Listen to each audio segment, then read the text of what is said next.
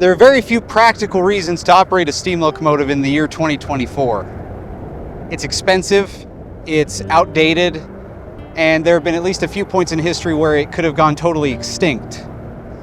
So why do people do it? People love trains. They are an emotional connection to a bygone era, and there is a lot of passion for the technology and mechanics that go into them. It's a choice.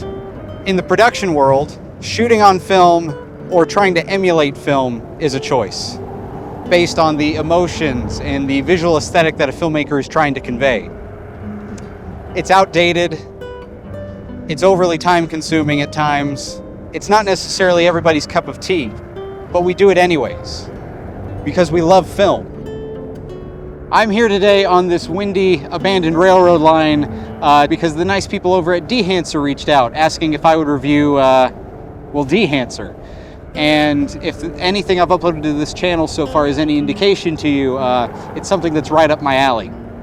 That's the one. That's the one. Clear. Cut it. Cut it now. Cut it. That's the one. So this is the disclaimer. This video is sponsored by Dehancer. It's an ad. They provided me a copy of Dehancer in exchange for an honest review, and that's refreshing. It's nice to know a company is looking for constructive criticism. So yeah, first sponsored video on the channel. Whoopity-doo.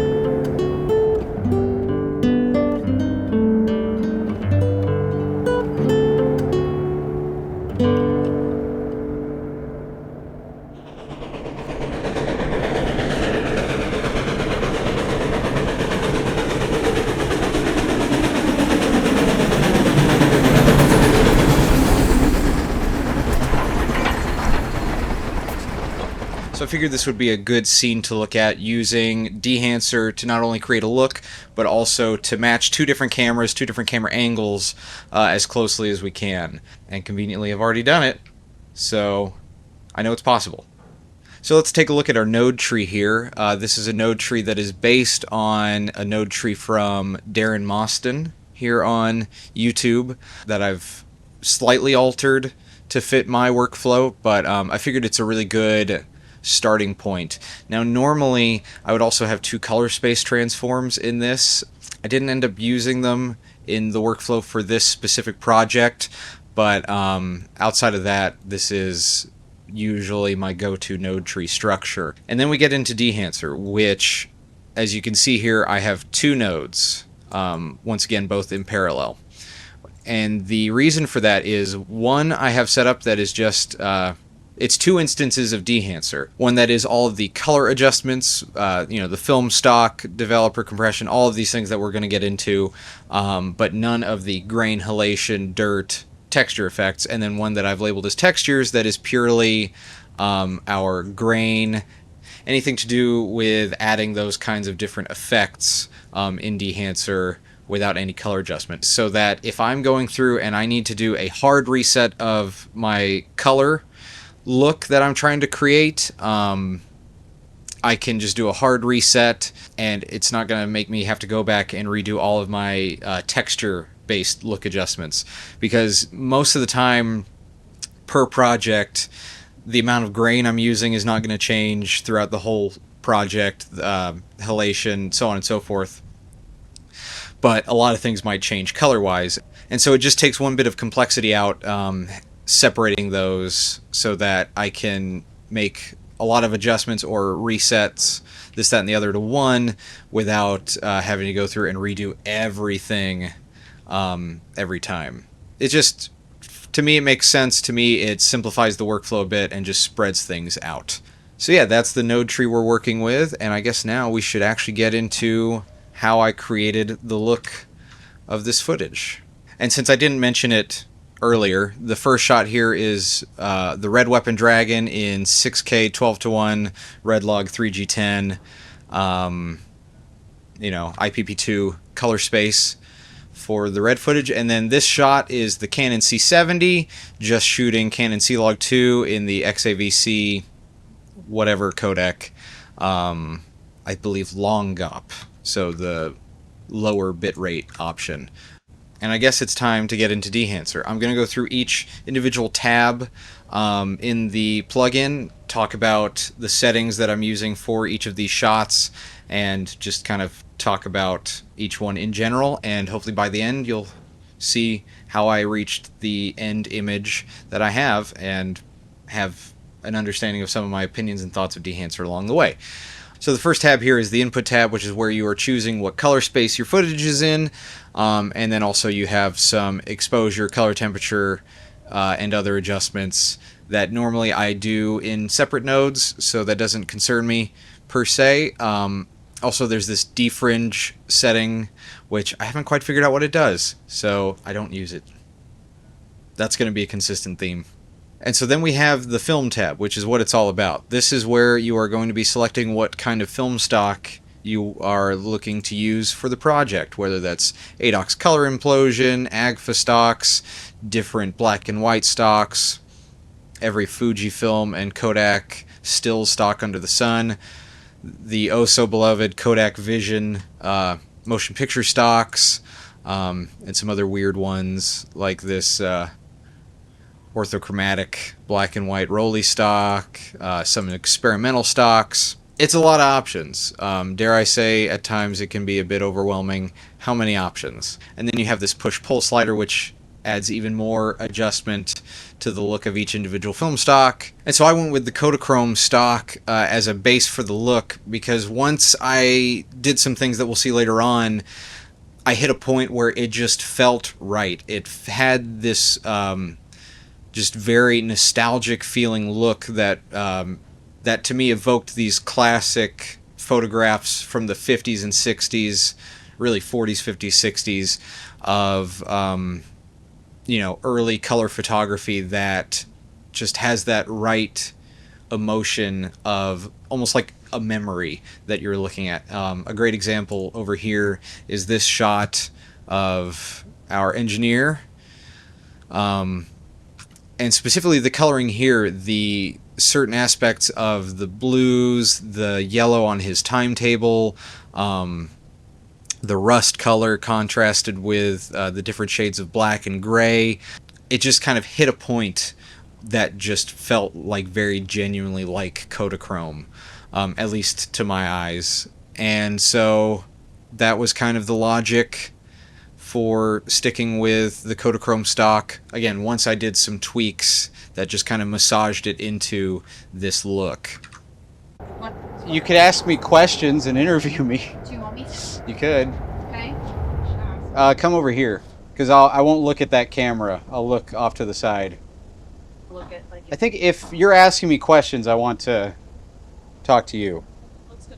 Okay, yeah. I'm fine with being a weird confessional situation. Okay. Yeah. I mean, I've always been trying to emulate the look of film. Even all the way back in high school, I had discovered like film grain plug-in or film grain overlays and like crappy Technicolor, like two-strip Technicolor LUTs that just didn't look. It looked kind of cool, but it just definitely wouldn't have worked for client work that I didn't have way back then. So then our next tab after the film stock is our film developer tab, which is our first set of adjustments more related to contrast and saturation. As you can see here, I have these adjustments made. A little bit of boosted color to go in hand with my saturation node earlier on, and I'm just pulling a little bit of contrast down. Then we have our film compression tab, which is really nice. I like it because what it is doing up here in our in the brightest part of our image, it is squeezing the top end of our dynamic range to get closer to the way highlights roll off, and your highlight dynamic range is compressed in actual film. And normally stock it's set to an impact of 60, which can feel a bit much. Usually I put it to around 30%, and that just seems to consistently feel right. And so that's what I go with on that. And as you can see, it's affecting our mountain up here, but then also more than likely in the water as well. It's just, again, it's just kind of pushing down on your highlights in a way that mimics the dynamic range of film.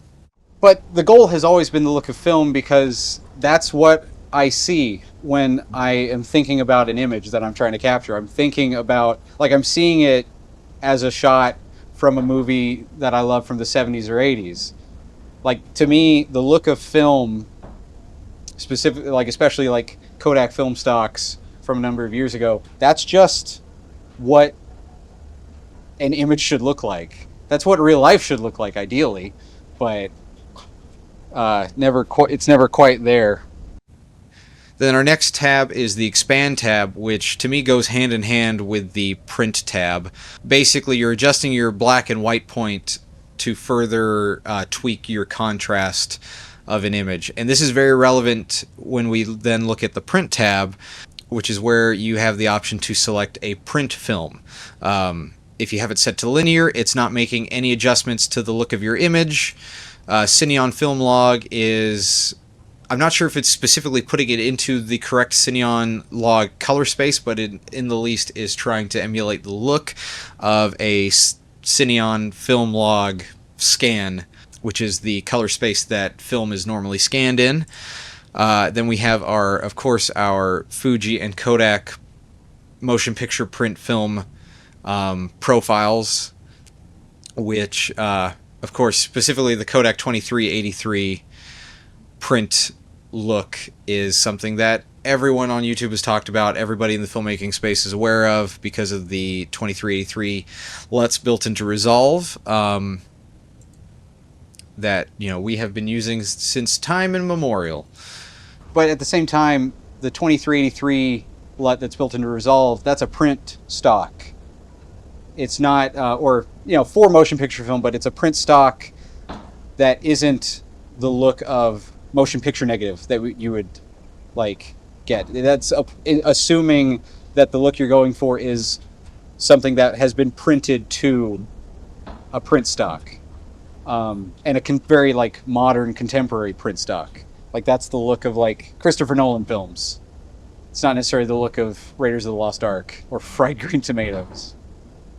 And then we have another one that I really like personally, although I didn't use it on this specific project, is the Kodak Endura glossy paper print profile, which just gives a nice image. I can't really put a finger on exactly what it's doing, but it's just giving you a nice amount of contrast and pop without doing any aggressive changes to the color of your film profile. But in this case, we're using the 2383 print film profile with everything about stock aside from our little exposure adjustment here. And what's nice is in this tab you have control over some exposure. Depending on the print stock, you have target white adjustment, which is another color temperature adjustment, some contrast adjustments, color density, which is nice.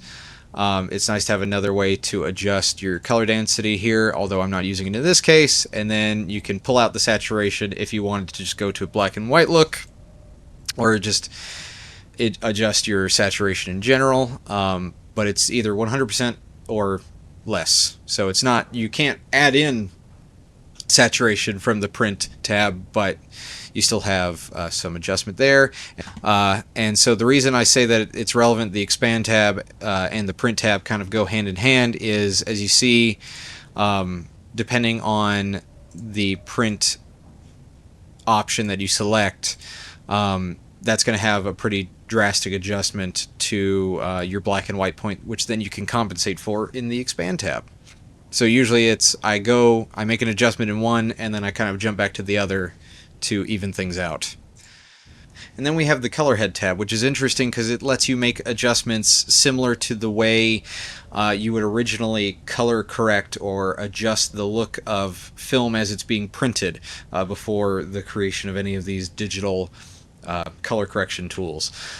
Printer lights. And so you have yellow, blue adjustment, magenta, green, cyan, red, and then down here you have some different tone adjustments based on certain areas of your exposure.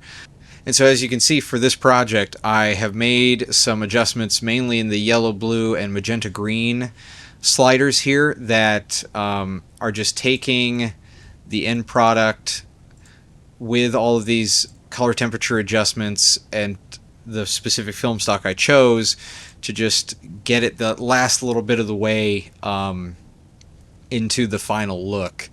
You can really see how it's affecting the blues in our shadow areas, just in terms of the main color adjustments, not even the shadow midtone highlight tones. And it's one of those things where just playing around with those different kinds of adjustments and accidentally falling into the perfect image, which is, it's one of those happy accidents that you can end up with that just kind of brings everything together. And so having those kinds of, secondary granular adjustments that you normally might not think about in your color pipeline can really make a difference in just kind of making a look more cohesive, or just finding something that you didn't know was possible. In around 2016, I'd saved up enough money for the original version of Film Convert, which worked, and it was a great plugin at the time.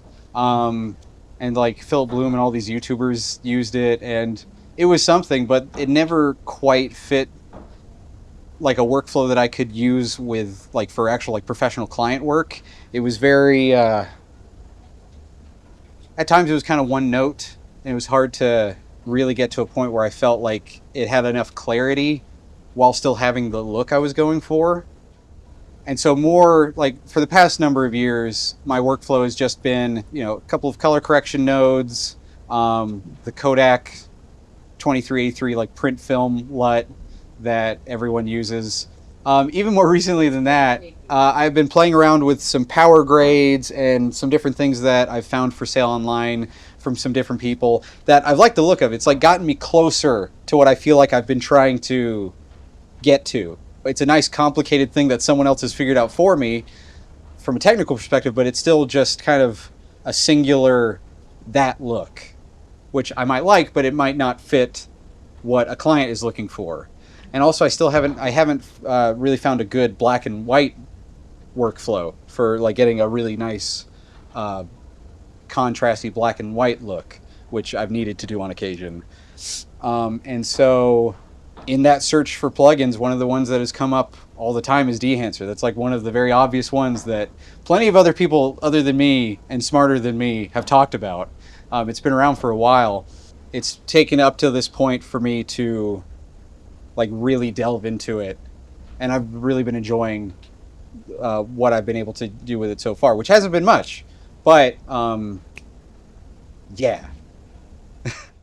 Okay, now it's time to get into the fun stuff, because this is now where we're going to switch to our other node here and into the world of grain and textures. So in this case, I'll turn on this guy, and suddenly we are chugging along. It is definitely a processing-intensive program. It's definitely a processor-intensive plugin once we get into these eBay. It's definitely a processor-intensive plugin once we start adding these kinds of effects. First off, grain. It's pretty self-explanatory. It's adding film grain, and what's nice is you have lots of different presets of different sizes of grain and different kind of based on different ASAs of different film stocks, and also different different resolutions of film from 8mm all the way up to 65mm. We can see we throw it down into 8mm 500 ASA, and it is it's mushy.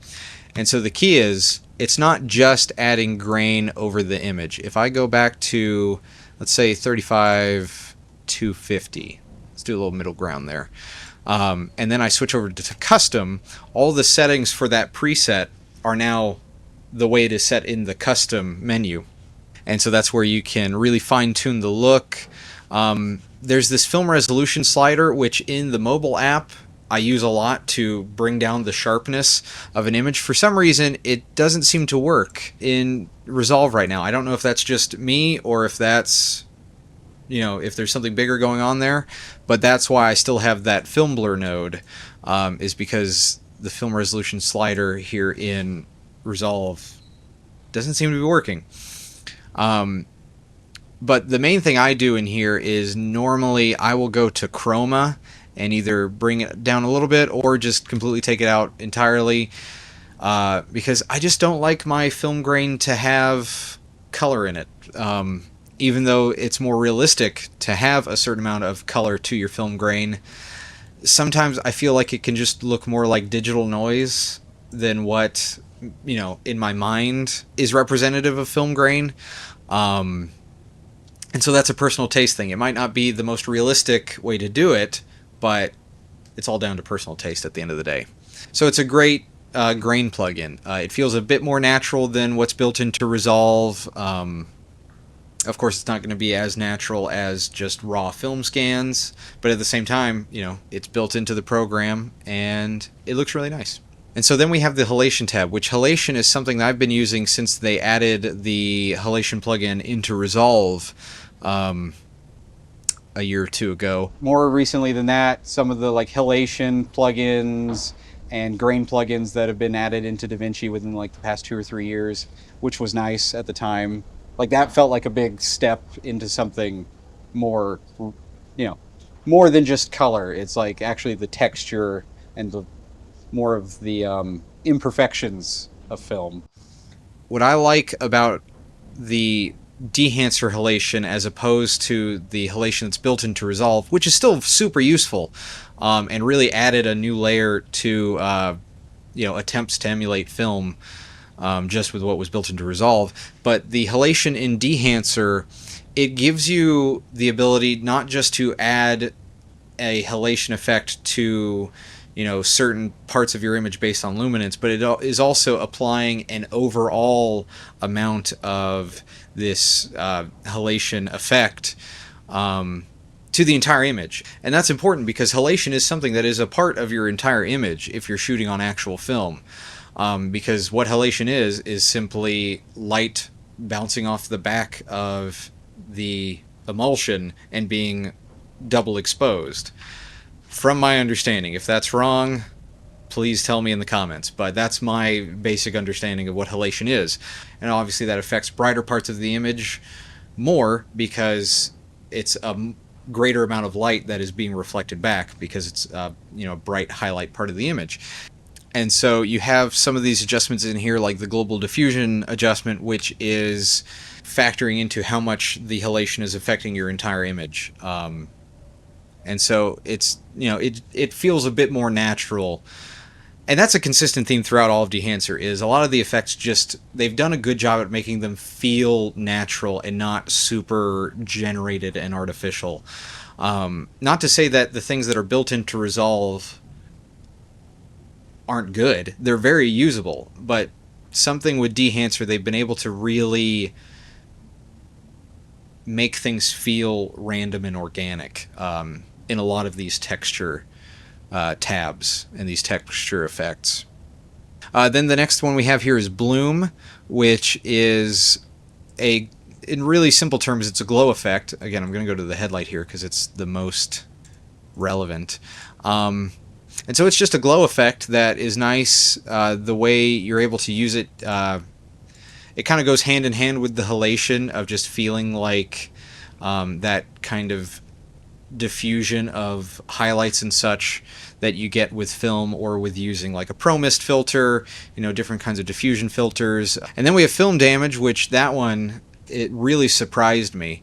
Now, it's not going to want to play back. And what film damage is doing, it is generating all these different kinds of scratches and imperfections that you would see on older and more damaged film.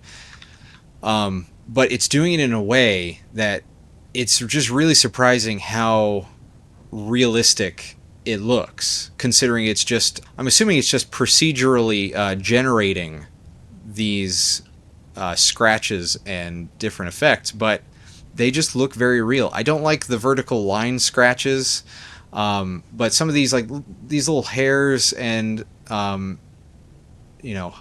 highlighted scratches that are different shapes, just feel real. And that's crazy to see for me. That's something I used to only be able to get from taking, scans of really gross damaged film and just doing it as an overlay. But this is just kind of creating it out of thin air, which is very exciting to see possible. And so something like Dehancer, what I've found is it seems that it's a good workflow because it's very comprehensive. It has all these texture effects that I'm probably going to talk about later on. And also, one of the main things is that it's very adaptable to different looks for different clients, and you can use it in a color managed workflow in a professional environment, which is another thing that I've needed just for color work, which I'm not a professional colorist by any means, but I do color work on occasion, and especially for my own projects, depending on where it needs to go, I need to be able to do the correct deliverables, this, that, and the other. So that's everything for that. Then we have Film Breath, which is emulating the slight adjustments, the slight changes of exposure and color that come from either imperfect or inconsistent layers of emulsion, or artifacts and variation that can come from the developing process. And so it's one of those things where I have to put it way down to really see what it's doing. You can see these different like color hue changes and such. That is something that I didn't really think about until I had the option to add it in. But if you do it in a subtle way, it just adds a little bit more inconsistency and variation that can look very natural. And then we have Gate Weave, which does a lot more than I expected it to. So Gate Weave, doing different kind of Gate Weave effects in the past, it's just a matter of just making the image jitter a little bit to feel like film moving through a gate. But what this is doing is not only giving you that bit of motion, but it is, in honestly kind of an extreme way, unless you go through and tweak it yourself, it is recreating how, if film is improperly moving through a gate, it can create parts of the image that are out of focus and different kinds of motion blur and all these different inconsistencies that can be very funky. Now again, I think that it's a bit extreme out of the box, but you can really tone down the impact of it to just get a little bit of that feeling of something being off. I don't know. It hasn't been my absolute favorite kind of Gate Weave effect. And then Overscan, which is the last thing we'll talk about here because I don't really use Vignette or any of the rest of this. Overscan is just giving you a fake film gate, which is very fun, and you have a lot of different adjustment over that. Okay, I need to cut real quick because I gotta figure out why that's not working. So I'm not a huge stills shooter. I don't even have like a digital photography camera, just a couple like 35mm Minoltas. But I shoot a lot on my phone, behind the scenes, vacation photos. Just honestly, most of the photography that I do is on my phone, like most people these days. And so I've been really interested in trying out the app, the Dehancer app, because to have the same film stocks and halation and grain effects and dirt effects and all of that on a phone is real crazy. And so it's really nice to have all of that just built into my phone. I don't have to do anything with the stills on my computer or anything else. And it seems to be as fully featured as the regular plugin. Just make sure you have your phone brightness all the way up if you're trying to use it. Otherwise, it's hard to tell some of the adjustments that you're making. And it's going to kill your battery, which is most like really intensive phone apps. I mean, it's a cell phone at the end of the day. It's not a full-size laptop or a computer. So, there are some downsides, but, being able to take a still, or, take some behind the scenes, and then like during lunch, jump onto the phone and, have my behind the scenes look very similar to what I'm trying to shoot on the day. That's pretty cool. Here, I'll even take a picture of my camera person right now because she wants that. Make a better face. Here, just like poke your head out. Look at me. There you go. You're gonna hate that. Dehancer. Okay, so I've discovered something. I've actually found a solution to an issue that I had but hadn't really thought about it until shooting this. That has now changed my node structure, funny enough. I was having the issue that if I add the overscan effect in the textures node, as you can see, it's kind of translucent, like I'm seeing the image behind it, and I couldn't figure out why.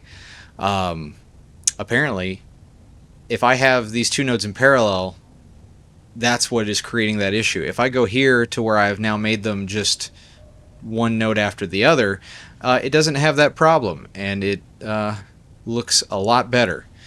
So this is the overscan tool, which is obviously creating a fake film gate as well as fake perforations, as if you were seeing a scan of the entirety of a piece of film, and then you have some adjustments here.